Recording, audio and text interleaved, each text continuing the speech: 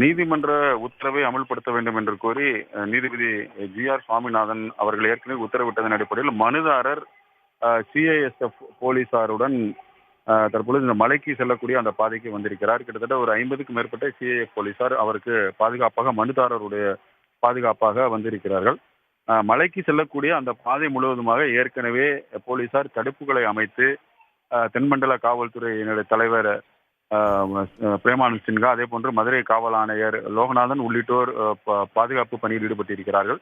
இந்த ஏற்கனவே மாவட்ட ஆட்சியர் இந்த பகுதியில் 144 தடை உத்தரவு பிறப்பித்திருக்கின்ற காரணத்தினால் மலைக்கு மேலே சென்று தீபத்தை, அதாவது தீபத்தூணில் தீபம் ஏற்ற முடியாது, அதற்கு அனுமதி வழங்க முடியாது. அது மட்டுமல்ல, ஏற்கனவே இந்த நீதிமன்ற அவமதிப்பு வழக்கிற்கு எதிராக மேல்முறையீடும் தற்போது தாக்கல் செய்யப்பட்டிருக்கிறது. அதை நாளை விசாரிக்க ஏற்றுக்கொள்ளப்படும் என்று தெரிவிக்கப்பட்டிருக்கிறது. எனவே அந்த முடிவு தெரியாமல் தற்போது நாங்கள் மேலே அனுமதிக்க முடியாது என போலீசார் அந்த மனுதாரர்களும் தெரிவித்திருக்கிறார்கள். எனவே இரு தரப்பினரும் தொடர்ந்து பேச்சுவார்த்தையை நடத்தி வருகிறார்கள்.